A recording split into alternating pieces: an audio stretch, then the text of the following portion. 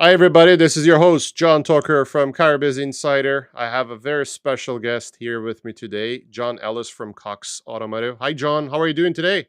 I'm well, John. Thank you. How about yourself? I'm good, thank you. It's a pleasure to have you on the show. Someone with a lot of knowledge and experience in the business, and someone can really shed some light on a lot of information happening in the car business, such as electrification and all that interesting stuff. So, why don't you introduce yourself to our viewers and listeners? Tell us who John Ellis is and what's your background and all that good information. Certainly. Yeah, thank you. And thanks for having me on the show. It's an honor to be here.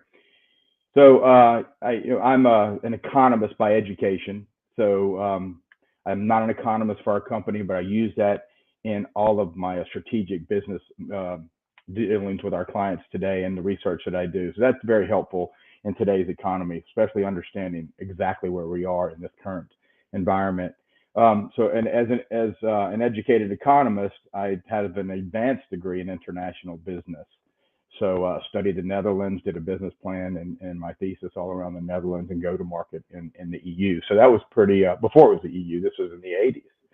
So that's really where my passion is, to understanding economic conditions, geopolitical influences in our current environment, future state, and then of course history, to determine how we go forward, right? How to shoot an azimuth for to navigate current waters. So I've been with Cox Automotive for 16 years. I've been in the automotive industry for almost 20. I was with Gulf States Toyota as well. So really got a passion later in life. I'm in my 50s for automotive.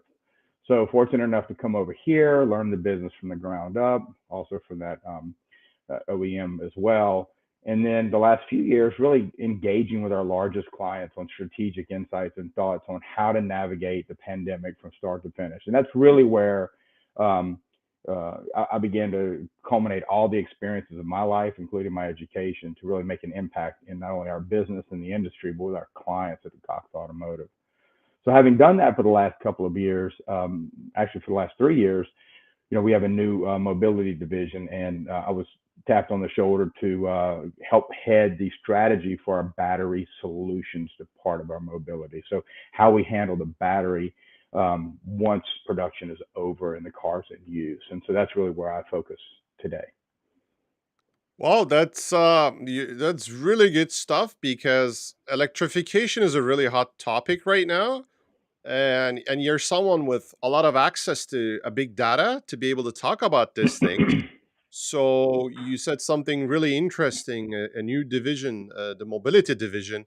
So could you explain more about what that division does and what you guys really doing these days?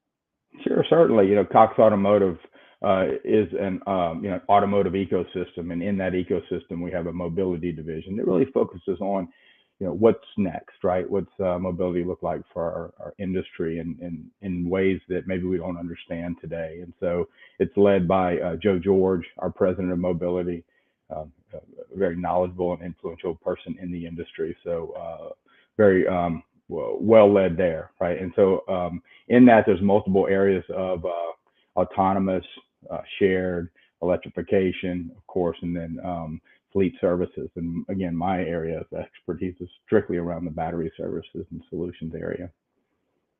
That's nice. So the battery is the most, I would say, the major component in the electric car, right? Because electric cars are not like your typical ICE engine vehicles that you don't really need to worry about too much about your transmission and your gears that much because you got an electric engine, so you can distribute the power a lot easier.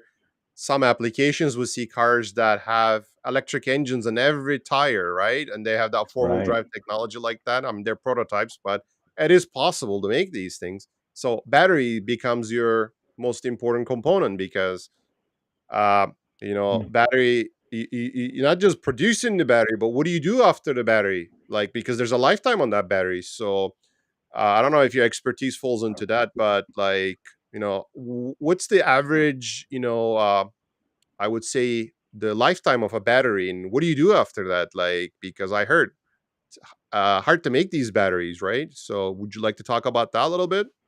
Sure, certainly. I think you've hit the nail on the head. The battery is the new engine.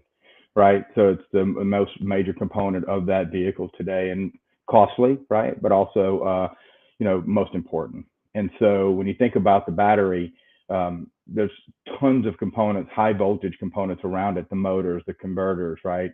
Um, the the the battery drives every bit of it. And so the life cycle of that battery, typically in warranty terms, so strictly in warranty terms, is 8 to 10 years, depending around 100,000 miles. So if you look at the OEM's warranty on their batteries, that's really the range it stays in.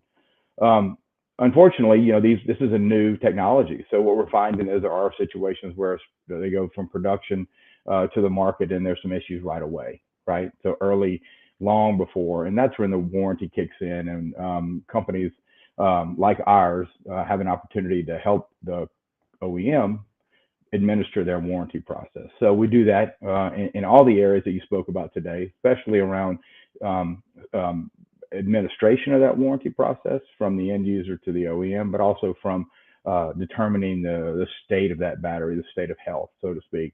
And then that determines whether we remanufacture, repair that battery, or we repurpose it to a second life, or if the battery is just, it's time, depending on the severity, to go straight to recycling.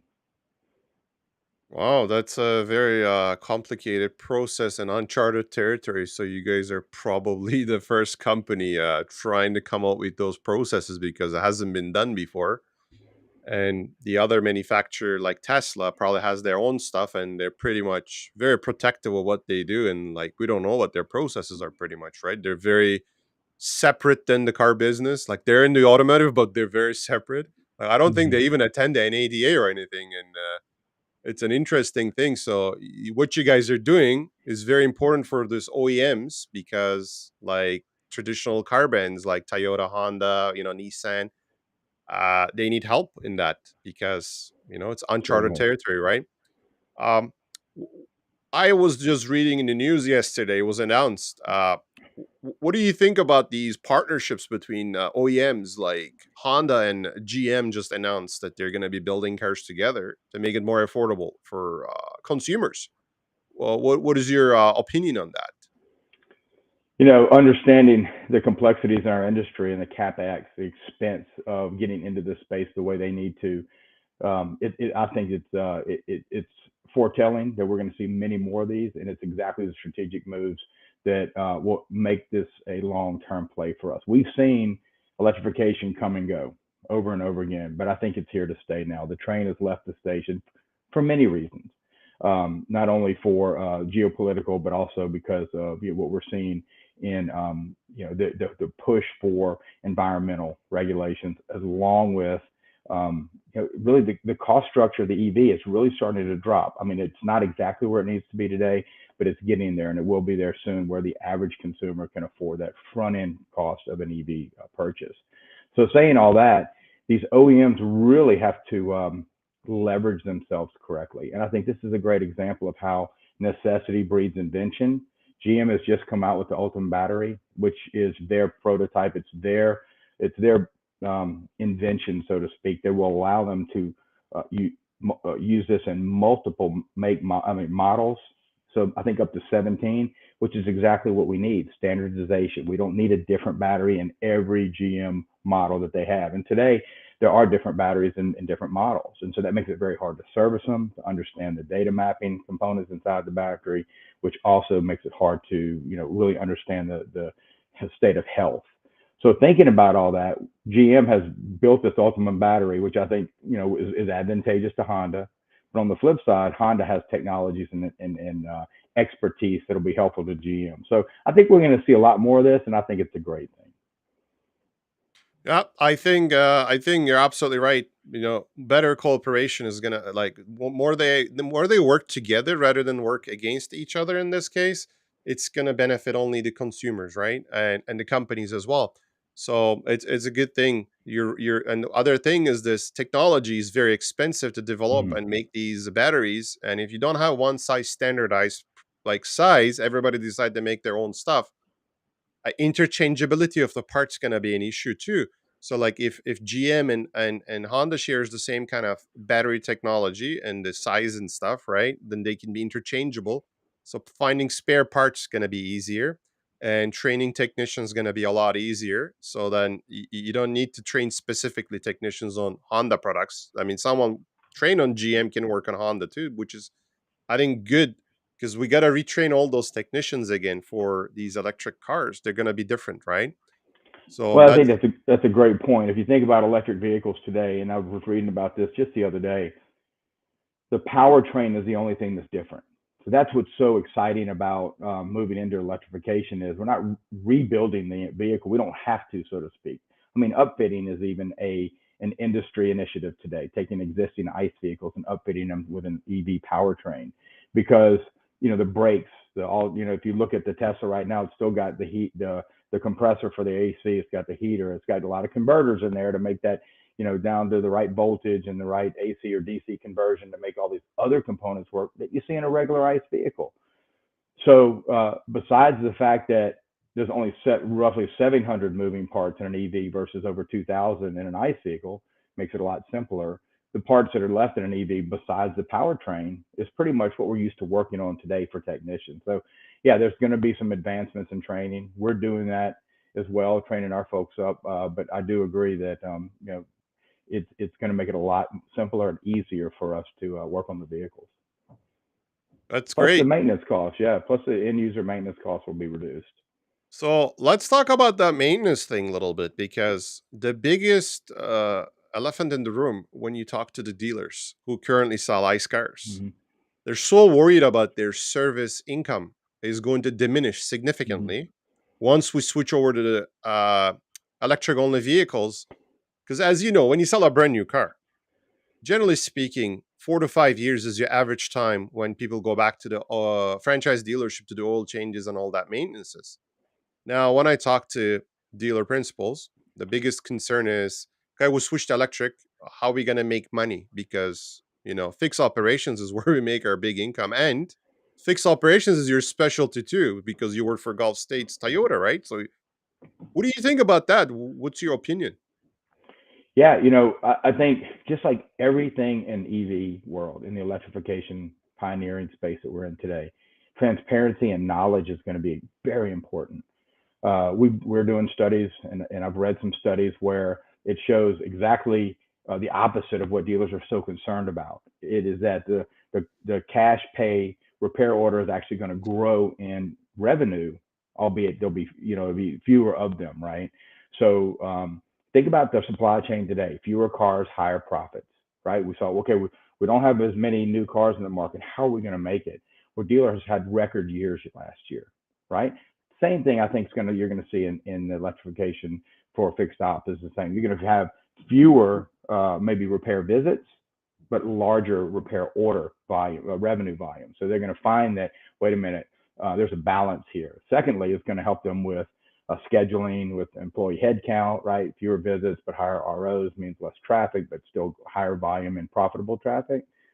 And the third thing you have to think about is in an EV world with the owners, and my father has an EV, and so I get a lot of knowledge from his 8 years ownership of a Tesla and how his experience has been, is that they're going to go back to their dealer more often than an ICE vehicle because of the technology in that vehicle. Not only the softwares that need to be upgraded, but also the over the air opportunities with the OEM to update that vehicle and have that vehicle monitored, right, for service needs and those kind of things. So you're going to find, I think, a deeper loyalty connection in the fixed op space for dealers for those nameplates than you have ever seen before because of the high technology and value of the vehicles. So I think just the opposite. So that's really interesting what you're saying, because if you think logically, right, it makes a lot of sense, because now these electric cars going to come out. So the third party repair shops don't have equipment and training to fix these cars and do any kind of maintenance on them. So now a lot of people will most likely to go back to dealerships, even longer periods than the 5 years, 4 years that we see normally in average. So then there's going to be more loyalty to the dealers. So then, technically speaking, right, dealerships really don't need to worry about this, and they should actually become happier because they're going to have better control on the business, I would think, right? Would you agree with that? I do, and I think thinking about it that way will allow them to not only train and become more customer focused in that area of the business, but it'll create that image that they're the place to go. So if I bought a vehicle from this OEM nameplate that was EV, I'm getting better service interactions at this same nameplate across downtown at a different location that can service my EV. So it gives them an opportunity to say, hey, this is my nameplate EV. I'm going to be the best in the service part of the business for this nameplate EV. And that's has a lot to do with not only transparency, software, internal training, but also leadership, right? And so I think there's opportunities to really win in that space, having less competition from third party, right? So those third parties are going to have to go somewhere. Jiffy Lube, again, I can only talk about the Tesla my father owns, but he doesn't go to Jiffy Lube. And when he needs tire repair and it's an 8-year-old vehicle, he doesn't go to the local tire store. So there's a lot of loyalty and connection points that'll be there. You just want to be the dealer that they think of first, even if it's not where they bought from, if it's the same nameplate. The OEM. another the another topic that I like to get your opinion on it is, let's talk about like a typical Japanese brand like Toyota or Honda. Mhm. Generally speaking, majority of the business relies on leasing. And then you put them on a 4-year lease, get them out on the second or third year, take that used car, make it a CPO, put in the business. It's a textbook strategy to grow your business. And it works in every probably Toyota or Honda or any kind of dealership that embraces this idea, right? And I see it's working really well. So when you do the electrification, and because of the used vehicle values, like determination of that value, because now, okay, the brands have the reputation, but once they switch to electric, the reputation of course carries with them. But these analysts, risk people who make the calculations on the residual values, what do you think, like what strategy do you think they're going to be able to because like with the ice we know what it is, right? But with Mhm. the electric we don't know a lot about how long these cars last and what's going to be the resale value of these vehicles. What's your take on that? Well, if you think about what we just spoke of, a large portion of the vehicle is still an ICE vehicle without the powertrain of an ICE engine. So, we know a lot about how long brakes, batteries, tires, those things last, other component parts in the vehicle. Well, what's interesting is the battery health, right? The life of that battery, which we already established as a majority of the value of that vehicle to a reseller. And so I know companies like ours are we're working on building those algorithms to determine the value of that battery's health, state of health, so that we can give that second life valuation, like we do today with CR grades at Manheim for our ICE vehicles, right? Does that make sense? And so it's one of the reasons why we are in this space, because we know that's going to be very important in the future. Yeah, no, because like I think that's gonna make a little bit shift there. Right now, like, people lease a car, right? You Mhm. drive it, let's say you're in a 48 months lease, and by like 24 to 24 months and onwards, dealer contacts you, says, "Hey, I'll get you out of your car key to key. Maybe I'll give you some equity on your vehicle too." And that way they grow their business exponentially because you got a used car, you sell another new car, you make sure that customer stays in that ecosystem. So with the electric cars, because the reason I'm asking that question is I don't see Tesla, like a brand like Tesla, doesn't pay too much attention to their used vehicles, and that surprised me. I see Mhm. in the US they got their Tesla CPO program. I checked their website, but in Canada they just wholesale these cars. They ended up in the auction, and I don't see any Tesla dealers selling these vehicles from their shops. And I Mhm. think I don't. It didn't make sense to me because these cars are still running fine and the up to date technology in them. So that's why I was asking that. Any knowledge you have about the CPO for electrification too? Is that something you guys are like working on that too? Come up with some CPO programs for manufacturers to come up with for these EVs? Is that something you guys work on? Yeah, I'm not certain. I'm not in that space, so it's hard to say. But I can tell you, just reading research. I know that leasing's a big next step for the EV market just because of the front end cost of the retail price of the EV. It's a way to get a different demographic into that EV for the first life, and then of course, to your point, having a fantastic valued vehicle for second life. And of course, we know that with a Tesla, let's say for example, after the 10 years, if you do have to put another battery in, and it's 18 to $20,000, or probably by then it'll be much less because the cost and value of batteries are going down as production ramps up and technology increases. That you'll still have a 10-year-old vehicle that's almost brand new as long as other component parts are in great shape, which they should be.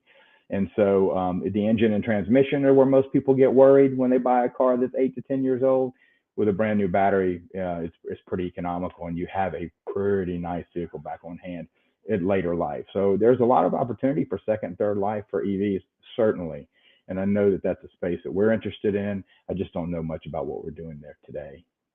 Yeah, no, no, no, that's fine. But you're right. Like a 10-year-old vehicle normally with 300,000 miles, you don't want to buy that car, right? Because the engine and transmission, you may need that, and replacing that kind of big components is going to cost you a lot of money to do that. And then you're not putting a brand new engine; you're putting something rebuilt, right? Which is not going to perform as good as when that car was brand new. Mm. But with the electric cars, if you replace that battery, because the electric motors, my understanding is the lifetime on that is a lot longer. Mm. That's why they use them in the trains and stuff, That's like correct. the heavy machineries, they use electric because engines are a lot more reliable and simpler, right? And maybe that could be something interesting for OEMs to look into it, to maybe 5 years old, create those lease programs for 5 years, get those cars back, make it a CPU, and make it a lot more affordable for people by replacing the batteries. Um, the last question I want to ask you is about I see in the news that Tesla was the reason I keep bringing Tesla because they're the largest in the world in terms of the Mhm. volume, and they're the most forward thinking and innovative in this space.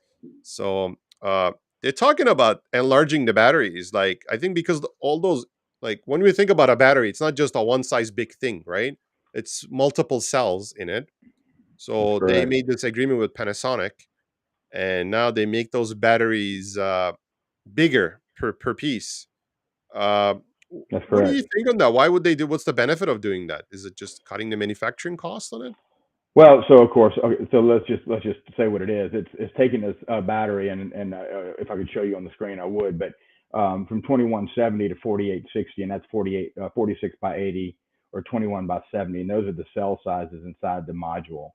And so if you think about it, just out of elementary, right, being a mathematician and an economist myself, inside of a module, the fewer components inside of a module, right, the more less you have for error, and then of course the cost efficiency. So if you have a module with 12 cells that are 21 by 70, and now you only have four that are 46 by 30, that cuts down on production costs. One, and then number two is they have a lot larger energy density because if you think about the cells lined up in a module, there's spaces between them. You line them up. Just think about anything else lined one to one to one. Well, now you don't have as many lined one to one to one with a lot of space in between and lack of space usage. Bigger cells inside the module, which is what you're talking about with Tesla and LG, does allow for larger energy density, which means longer range, more power, and of course less production cost. So, which means a less expensive battery. So, I think it's a great thing. I leave it up to Elon to do that. I'm a big fan. I read almost everything he can put out because it doesn't have to be EV because I think the way he thinks is a lot like Steve Jobs, and it reminds me of his biography that I read. So yeah, I'm excited about what that will look like here in the next 12 to 24 months. I think it'll be a big innovation for us. Yeah, I'm looking forward to see that. What kind of performance improvements is going to add into that vehicle, and how much it's going to increase its range, and what kind of cost-effective measures going to be reflected to the consumers. Because at the end of the day, you want to buy an electric vehicle with a decent distance, like range. What are you looking at? 40 grand? That's Right. pretty strong amount of price tag there, because an average millennial or Gen Z is not going to be able to afford those vehicles, and those are going to be the ones. Typical consumers by 2030 are the ones. Your majority of your car buyers going to be Gen Zs and millennials, and unless this becomes affordable, it's going to be a challenge for car buyers, because right now, you can buy a car, what, 25, $26,000, a decent ICE vehicle, and that's the affordability range, $400 to $500 a month payment, Right. and let's see Right. how that's going to work out. Hopefully it becomes more affordable, because I talk to, people, everybody's expecting subsidization from the government. Mhm. I don't believe that's too sustainable either, because when you start selling millions of cars and this money comes from taxpayers, Right. how are you going to be able to continue to subsidize this by $5,000 to $10,000? It's doesn't make sense to me, honestly speaking. So Well, I was reading a study by Ernst and Young's, and they had mentioned that it's possible by 2025 that the upfront cost. So we're talking about the retail price, not the cost of ownership. The upfront cost of an EV will could possibly be less expensive, at least as expensive as a traditional ICE vehicle. So hopefully that's true and that comes to fruition. Again, those are forecasts, so they're not actually, we're not saying that that's going to happen. But Ernst and Young's is a pretty good indicator of forecasting methodology. I can tell you this: as far as driving range, I think it's very you know, prudent that you bring that up because it's so different by country, right? So China, the range, the consumer is looking for a 258 range EV. In Germany, 383 range. In the U.S., we're looking for 518 miles as a range. So you can see the differentiation in range qualifications for EV. Which, if you're a manufacturer, you've got to take all of that in consideration. You can't build just for the U.S. Right? So you have to make those affordable vehicles that match range, anxiety, and expectations of every of the countries that you're doing business in. So I think range is key. I think in the U.S. we will get more comfortable with range as more EVs come out and we're more transparent. You can go online today and do route mapping for your charging and go pretty much anywhere in the country and find the chargers. The question is, will it be operable, and will it be available right for you when you park there and get there? So it's all about evolution. People like Elon and others are great OEM partners that are innovating with partnering with chip manufacturers. I think in the next couple of years, you're going to see a decrease in that cost, an increase in range, maybe not a tremendous one, but one that makes us more comfortable. But even today, I'll keep referencing again that my only reliable source of actual data in real world is my father, and he drives his Tesla full time. It's not a luxury. It's not a secondary vehicle, and he has no trouble in Atlanta, Georgia, to Baton Rouge, Louisiana, to North Carolina, down to South Florida. So it seems to be a reliable way to transport yourself these days. Anxiety may be just more of a perception than reality. yeah, you're right. Just out of curiosity, you say he's driving in Georgia. So I remember, when I was a little kid, when I was 6 years old, we actually used to live there. Yeah, Because due to my father's job, there was textile factories there back in the days in '90s, and my dad was working in a factory, and so I remember as a kid is a very warm place. Do you think the air conditioning affects your father's range at all? Like, what is his comment on it? Just quickly. yeah, it doesn't seem to be a problem. I haven't asked him specifically about it, but he would mention it because I do ask a lot of questions. How do you like it? How's it running? Especially now that I'm in the space. I can tell you, I watched the Tesla video the other day of completely taking the car apart and putting it back together. And he mentioned that there are two options for the heater and the air conditioner as far as voltage and power. So you can buy a more performance enhanced air conditioning and system as well. So yeah, that might be an opportunity for someone in a southern state to buy that enhanced package for that I guess condenser compressor part of the vehicle. But yeah, I haven't heard that. Interesting. Good stuff. Well, John, really appreciate for your time. You're someone that I have a lot of respect, because you only speak from the data, and you just don't you just don't think things. Like, you just look at the real world data, and very reliable source of information. Well, anything you want to add before wrap this up? Yeah, I just want to thank you for coming on board. I think this type of data and insights conversations is only going to help the industry, especially the intenders, our consumers that are really wondering if EV is right for them. Understand that it could be, and it could be right very soon. So excited about the future of our EV space, and look forward to more conversations with you, John. That's great, John. I appreciate it. And I really think people are listening and watching this. If you missed the whole conversation, you can always listen this in your car and Apple Podcasts, Google, Spotify, or you can watch this on YouTube, Facebook, or Twitter or LinkedIn. So, and if anybody has any kind of questions, John, before I let you go, what's the best way to reach you? Would you say that would be on LinkedIn? Certainly. Yes. They can reach me on LinkedIn or my email address at john.ellis@coxautoinc.com. Perfect, John. Thank you for your time. Really appreciate it. And have a great day. Hope to talk to you soon again. Thank you, John. Bye bye. Take care. Bye.